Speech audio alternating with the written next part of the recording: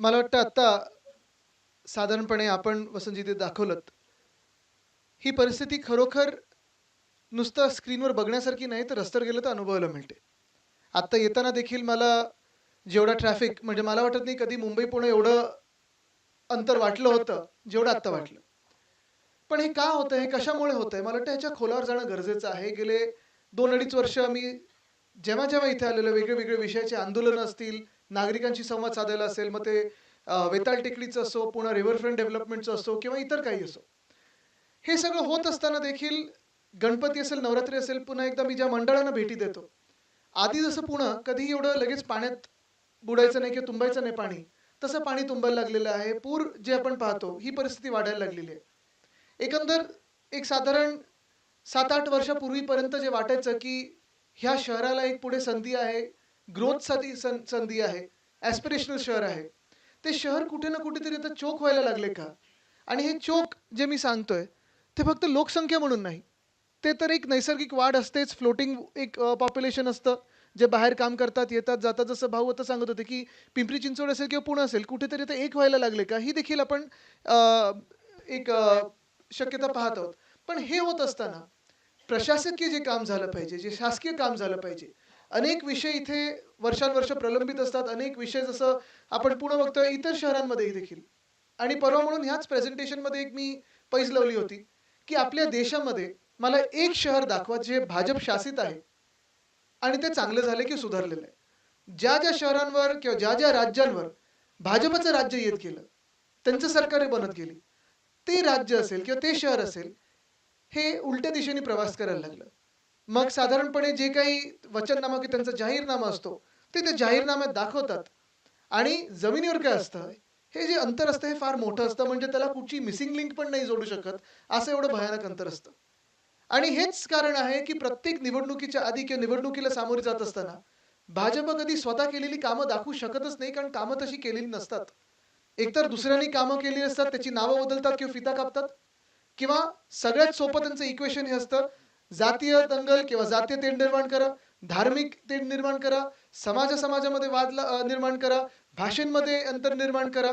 हे सगळं करून डिव्हाइड अँड रूल ज्याला आपण बोलतो, ही जी काही डिव्हाइड अँड रूलची पॉलिसी आहे, ती मला वाटतं एकमेव आत्ता पक्ष असेल जगभरातला जो भाजप आहे, ती त्याची अंमलबजावणी करतो.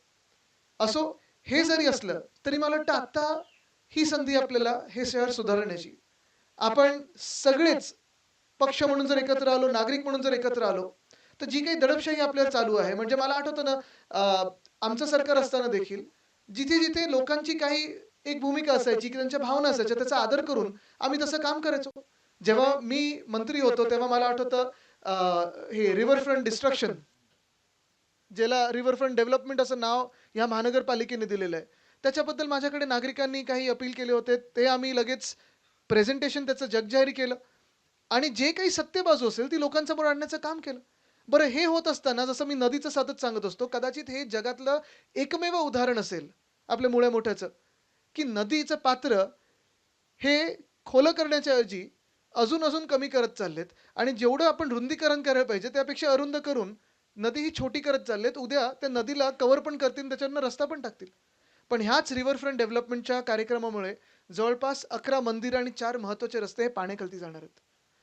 जिथे एस-टी-पीचं काम पहिलं झालं पाहिजे, ते मला वाटतं एस-टी-पीवर 550 कोटी की काहीतरी खर्च करून ठेवलाय. 950 कोटी. 1800. ते पण बंद आहे. अनेक अशी गोष्टी आहेत आणि ह्या गोष्टींना आम्ही सातत्याने लावून धरलेलं आहे. वेताळ टेकडीवर स्टे देणारा मीच त्यावेळी मंत्री होतो, कारण वेताळ टेकडीचा देखील प्रस्ताव भयानक आहे. म्हणजे वरतून रस्ता, खालतून बोगदा, बाजूने मेट्रो, म्हणजे सपाटच करून टाकू, मग कशाला पाहिजे टेकडी वगैरे.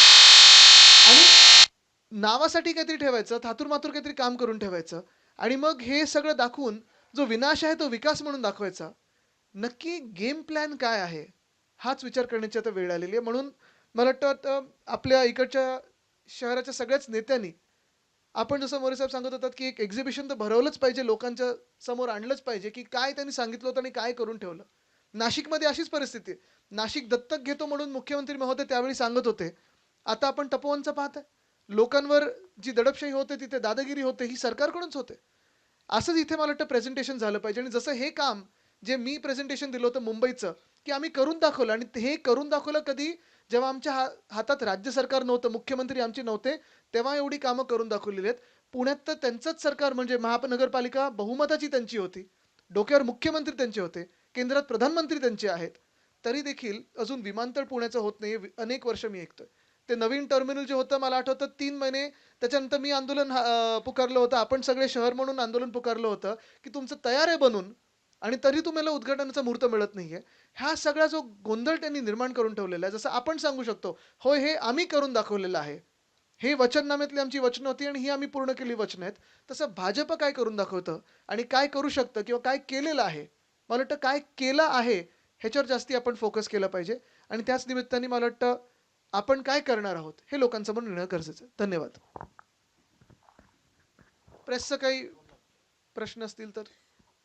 खरं प्रश्न हे सत्ताधाऱ्याने गेले पाहिजेत पण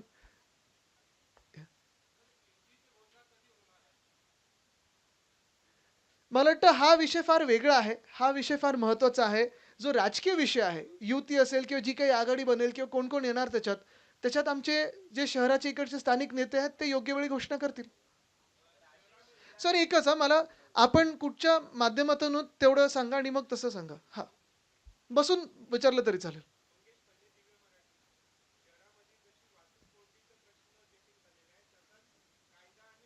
भयानक झालंय.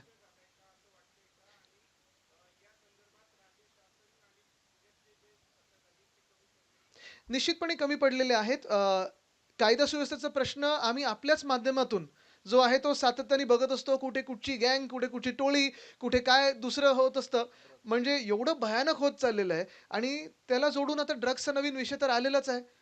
पण मला वाटतं हे सगळं एक धोक्याची घंटा नुसतं आत्तासाठी नाही, तर भविष्यासाठी आहे. कारण जेव्हा आपण ट्रॅफिक पाहतो, ट्रॅफिकचा विषय पाहतो किंवा लॉ अँड ऑर्डर पाहतो, कायदा सुव्यवस्था पाहतो. हे सगळं होत असताना एखाद्या शहराकडे उद्योग का जातात, नवीन उद्योग का जातात किंवा इन्व्हेस्टमेंट का जाते, तर ते शहर राहण्यासारखं असतं. आत्ता जर आपण पाहिलं तर हिंजवडीकडे जाताना संध्याकाळी देखील एवढा भयानक ट्रॅफिक असतो. शहरातल्या शहरात जाण्यासाठी 15-20 मिनिटाचं जे अंतर आहे, ते जवळपास 1.5-2 तासाचं झालेलं आहे. आणि ह्याच सोबत जेव्हा कायदा सुव्यवस्थेचे प्रश्न निर्माण होतात, तेव्हा धोक्याची घंटा ही नुसतं आपल्या शहरासाठी नाही, तर राज्यासाठी आहे. राज्यात सरकार आहे की नाही आणि गृहमंत्री नेमके कोण आहेत, ह्याच्यावर प्रश्न उपस्थित होतो. सॉरी, ह्यांचं एक मगाशी तुमचं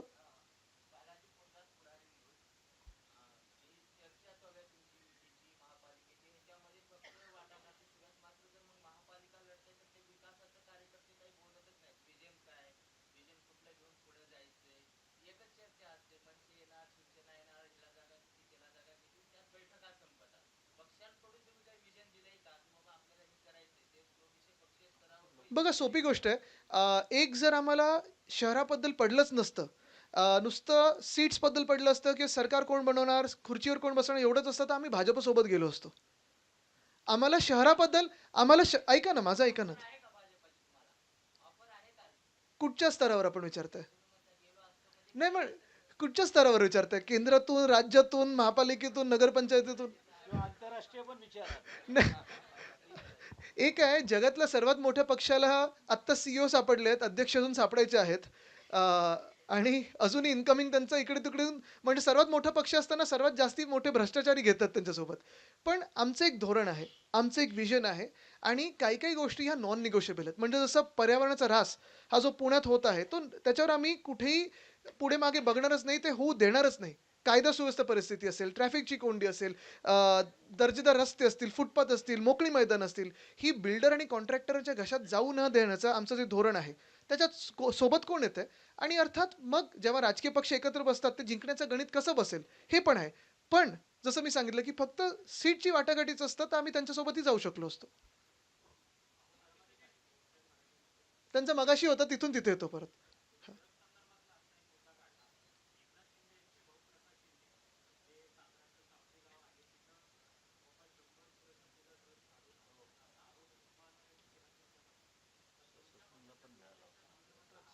हं.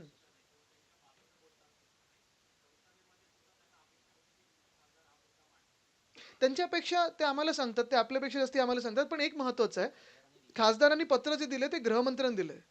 त्यांच्याकडून उत्तर अपेक्षित आहे. मग पुढे बोलू ना आम्ही. आता क्लीन चिट कशाला कशाला मिळते तुम्हाला माहिती आहे महाराष्ट्रामध्ये? एक मस्त सगळं काही करून मोकळं व्हायचं आणि क्लीन चिट घ्यायची आणि एकाच पक्षावर कारवाई होते. दुसऱ्या मित्र पक्षावर कारवाई का नाही होते? हा पण प्रश्न सीएम साहेबांनी उत्तर दिलं पाहिजे. एक मिनिट त्यांचं मागून एक होता प्रश्न.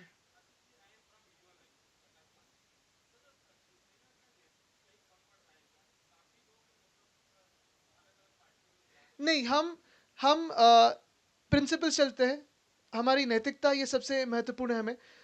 जो भी भ्रष्टाचार में डूबे हुए हैं, जिसको भी छुपाने की जैसी कुछ चीजें हैं, जिसको भी जेल का डर है, वो जा रहे हैं वहां, और वो जाने के लिए हमारे दरवाजे भी खुले हैं। और जो अच्छे लोग हैं, जो काम करना चाहते हैं, इस देश के लिए काम करना चाहते हैं, देश हित के लिए काम करना चाहते हैं, अपनी मिट्टी के लिए काम करना चाहते हैं, उनको आने के लिए स्वागत है। तो आज हमने भाजपा की साथ क्यों छोड़ी? अगर आपको याद होगा तो 2014 के पहले जो हम सरकार बनाने की एक आशा रखते थे, वो इसलिए रखते थे कि हम स्वच्छ सरकार बनाएंगे, साफ सरकार बनाएंगे। उसके बाद अगर आप देखें तो हर साल जैसे भाजपा में सारे के सारे पार्टी से सब भ्रष्टाचारी लोग लेने के लिए लगे, तो फिर पार्टी विद डिफरेंस यानी यही डिफरेंस रहा है कि सब दूसरे पक्ष अभी साफ हो गए और इनका वॉशिंग मशीन खराब हो गया।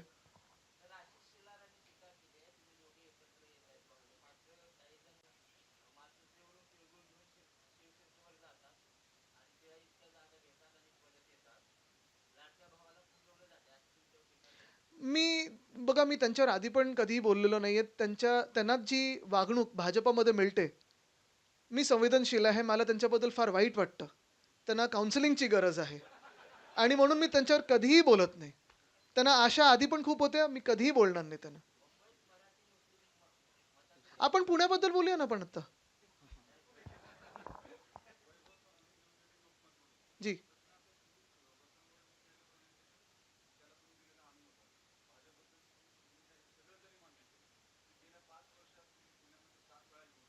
नाही, मी जास्ती वेळा आलोय.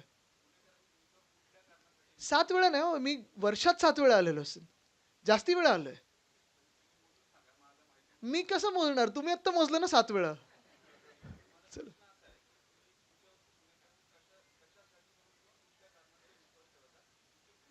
प्रधानमंत्री महोदय किती वेळा आलेत? त्यांच्यावर का विश्वास ठेवला? त्यांच्यावर का विश्वास ठेवला? आणि चेहरा त्यांचाच असतो ना, की बिना त्यांच्या चेहऱ्याचं लढणार आहेत. बघा, मुख्य गोष्ट हीच आहे, की आमचे सगळे इकडचे जे पदाधिकारी आहेत, तसं सगळ्या शहरांमध्ये होतं. तर मुंबईत पण काही काही वॉर्ड असे असतात, तुम्ही त्यावेळी आंदोलनाला जाता किंवा काही कार्यक्रमाला जाता. पण विश्वास हा पक्ष नेतृत्वावर जेवढा असतो, तेवढा कार्यकर्त्यांवर असतो. आणि स्थानिक कार्यकर्ते असतील, स्थानिक नेते असतील, राज्याचे आमचे नेते असतील, हे फक्त पक्ष म्हणजे आम्ही एकटे नसतो. आत्ता जे काही विषयांसाठी मी आलेलो आहे, तुम्ही आज पण चला, इथून मी लोकमान्य नगरमध्ये चाललेलो आहे. इकडे जे राहतात त्या आमदारांनी त्यांची आता हालत खराब करून ठेवलेली आहे. पण मी मुंबईत बसून पण त्यांच्यासाठी आवाज उठवतोय. वेताळ टेकडी, इकडचे स्थानिक जे लोक आहेत भाजपचे, तिथे वेताळ टेकडी खराब करायला निघालेत. मी मुंबईत बसून आणि इथे आल्यानंतर पण वेताळ टेकडीला जातो. सगळीकडे सलीम अली बर्ड पार्क आम्ही ठीक करून दिलेलं, नीट करून दिलेलं, चांगलं रिस्टोर करून दिलेलं, खराब केलं.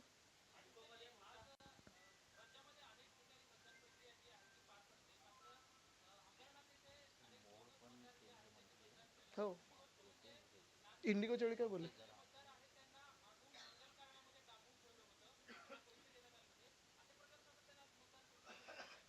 एकंदर आपण ह्या ज्या आता ह्या नगरपंचायतीच्या निवडणूक जर पाहिल्या, प्रश्न हाच उपस्थित होतो की निवडणूक आयोग आहे की नाहीये.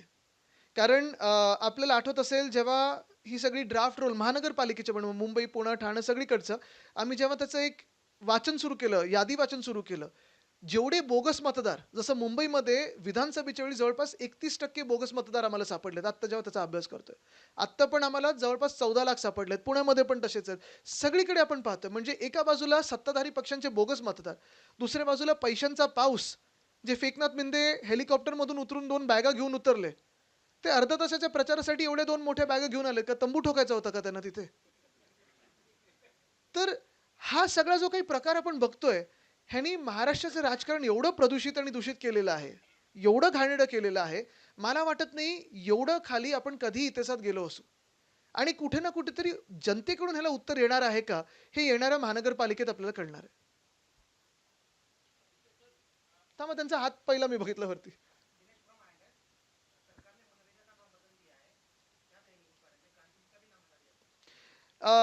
गांधी जी का इतना डर क्यों लगता है सरकार को? यही तो बात है। और उसमें भी काफ़ी सारी बातें अब अगर आप देखें तो जितने दिन थे वो भी कम कर दिए। एक तो देश में नौकरी नहीं है और जो भी आपको डेली एम्प्लॉयमेंट कुछ दे रही थी, वो भी आप छीन रहे हो। और ये सब करके इन्होंने कब पास किया बिल? देर रात को। तो इतना डर है क्यों?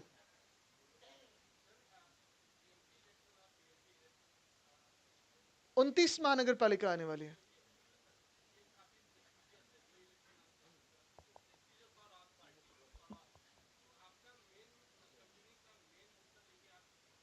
वो तो हम उसका तो जल्दी जाहिर करेंगे, लेकिन ये मैं समझता हूँ सिर्फ पार्टी के लिए प्रेस्टीज का इशू नहीं है।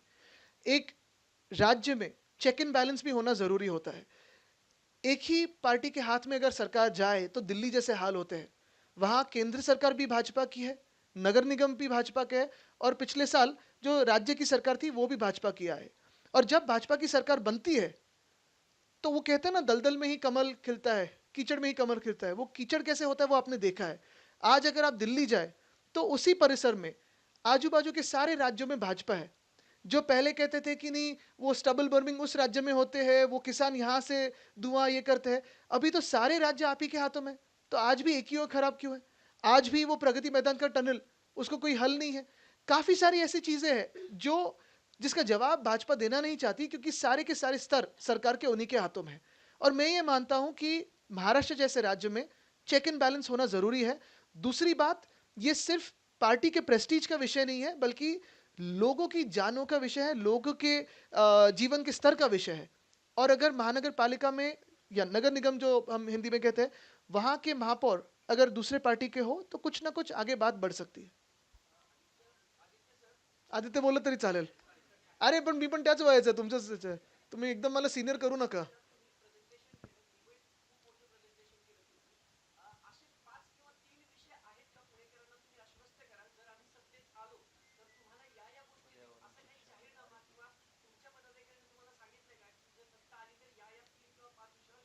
बघा, तुम्ही जाहीरनामा आता मधूनच काही विषय त्याच्यातून फोडण्याचा विषय करू नका, पेपर लीक करू नका.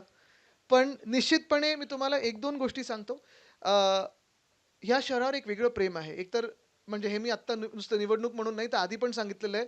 ह्याच शहरात माझ्या आजोबांचा म्हणजे वंदनीय हिंदू सम्राट बाळासाहेब ठाकरेंचा जन्म देखील झाला होता. अ, माझं लहानपण अनेकदा आम्ही इथे 15-15, 20-20 दिवस येऊन पाहिलेलं पुणं कसं आधी इथे राहायचो आम्ही.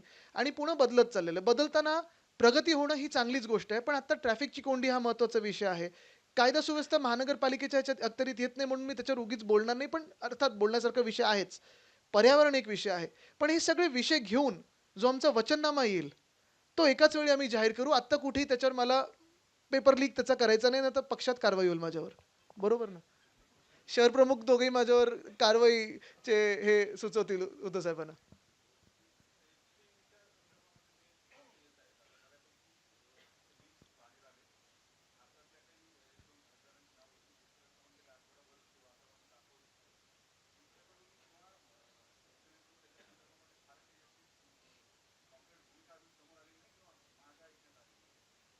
नाही, अजून आम्ही कॉन्क्रीट भूमिका मांडली नाहीये, कारण नाही, तुम्हाला सांगतो ह्याच्यावर आत्ता बोलून काहीच अर्थ नाही, कारण आत्ता जे काय आहे ते सगळं गदारोळ हा त्यांच्या राजकारणात चालू आहे. अजून आपल्या देशाचा थेट संबंध कुठेही त्या घाणेरड्या गोष्टींबरोबर लागलेला नाहीये. अजून काही त्याच्यातून बातमी आली तर ठीक आहे, पण ज्या गोष्टी त्यांनी केल्या आहेत किंवा घडवलेल्या आहेत ते अत्यंत घाणेरड्या आहेत.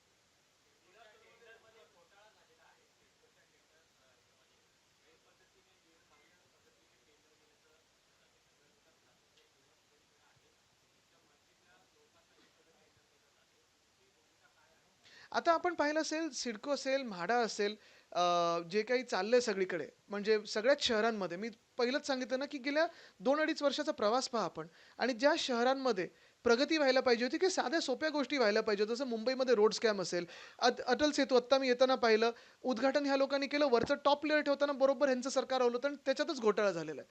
तर अनेक घोटाळे असे आहेत, म्हणजे ही जरी फाईल आत्ता असेल, तरी अनेक घोटाळे आहेत. ते आपल्या माध्यमातून येत असतात, आमच्या माध्यमातून येत असतात. पुढे क्लीन चिट पण त्यांनी तेवढ्याच तयार ठेवल्यात. आता क्लीन चिटवर नाकारायचा अधिकार हा जनतेचा आहे आणि तो ह्या महानगरपालिकेत दिसेल. शेवटचे दोन घेऊया प्रश्न, कारण पुढे लोकमान्य नगरला जायचंय.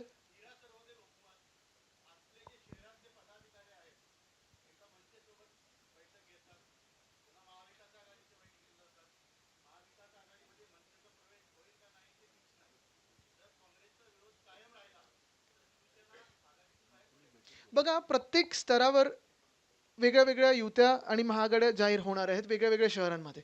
पण जेवढा घोळ जसा मिंदे मिंदेंची टोळी आणि काँग्रेस एकत्र आली तसा होणार नाही.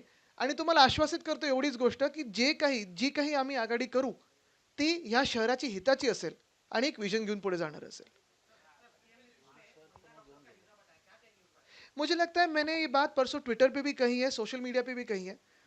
एक तो किसी का भी, फिर वो मास्क हो, घूंघट हो, नकाब हो, हिजाब हो, किसी भी इंसान को उस महिला को हाथ लगाने का अधिकार नहीं है। उसकी उसका धर्म कोई भी हो, जाति कोई भी हो, कारण कोई भी हो, ऐसे कोई फोटो के लिए खींचना, मास्क निकालना, नकाब निकालना, अगर वो हिजाब नहीं तो N95 पहन के जाती, N95 नहीं तो घूंघट पहन के जाती, पल्लू पहन यानी जो पदर हम कहते हैं। तो ये महिलाओं ने क्या पहनना चाहिए या ना पहनना चाहिए, ये कोई भी इंसान दूसरे इंसान उनको कह नहीं सकता। और मुझे लगता है यही लाइन है, उसके आगे कोई लाइन नहीं है। एबीपी माझा, उघडा डोळे बघा नीट.